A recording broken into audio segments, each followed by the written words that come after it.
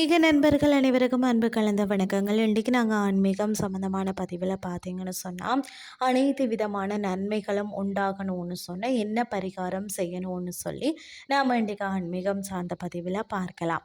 வாரத்தில் மொத்தம் 7 நாட்கள் வரும். ஒவ்வொரு நாட்கள்லையும் ஒவ்வொரு விதமான தெய்வத்தை வழிபாடு செய்வது என்பது மிகவும் சிறப்பு மிகுந்ததாக இருக்கிறது. மேலும் இந்த 7 நாட்களில் 7 கிரகங்களின் ஆதிக்கம் அதிகமாக இருக்கும் என்று கூறப்படுகிறது.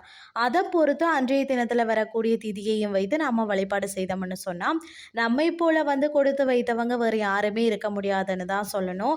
அதே மாதிரி பிரதோஷ நாள்லையும் பிரதோஷ நேரத்திலையும் சிவபெருமான வழிபாடு செய்தால் பல நன்மைகள் உண்டாகும்னே சொல்லலாம். பிரதோஷ நாளில் பிரதோஷ நேரம் அப்படின்னு சொன்னா மாலை 4:30 மணியில இருந்து இரவு 12 மணிக்குள்ள எப்போ வேண்டுமானாலும் நாம பிரதோஷ நேரத்தில் வழிபாட்டை செய்யலாம். 10 நிமிடம் மட்டும் ஒதுக்கினாலே போதும். அதாவது மகாவிஷ்ணு மற்றது சிவபெருமானின் அருள் நம்மளால் பெற்றுவிட முடியும்.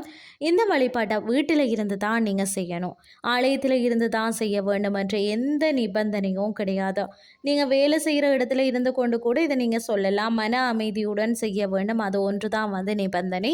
இந்த வழிபாட்டை செய்கிறதுக்கு எந்தவித தடைகளுமே கிடையாது. மாதவிடாய் சமயத்தில் இருக்கிறவங்களா இருந்தாலும் சரி, இறப்பு தீட்டில் இருக்கிறவங்களா இருந்தாலும் சரி, தெரியாமல் அசைவம் சாப்பிட்டு இருந்தாலும் சரி, இந்த வழிபாட்டை நீங்கள் செய்யலாம்.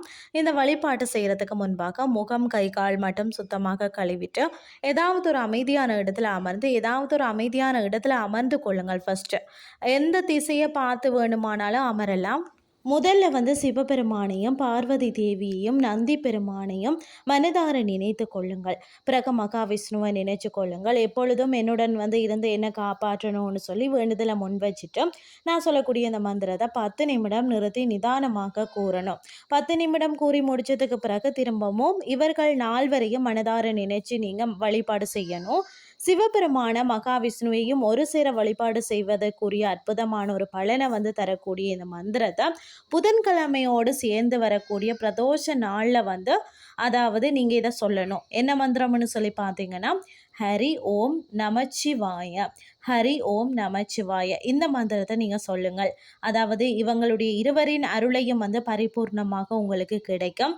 வாழ்க்கையில் அனைத்து விதமான நன்மைகளும் உண்டாகும் என்ற தகவலையும் கூறிக்கொண்டு இன்றைய ஆன்மீகம் சார்ந்த பதிவை நிறைவு செய்து கொள்கிறேன். இதே மாதிரி இன்னும் மற்றும் ஒரு ஆன்மீகம் சார்ந்த பதிவோடு உங்களை சந்திக்கிறேன். அது வரைக்கும் நன்றி.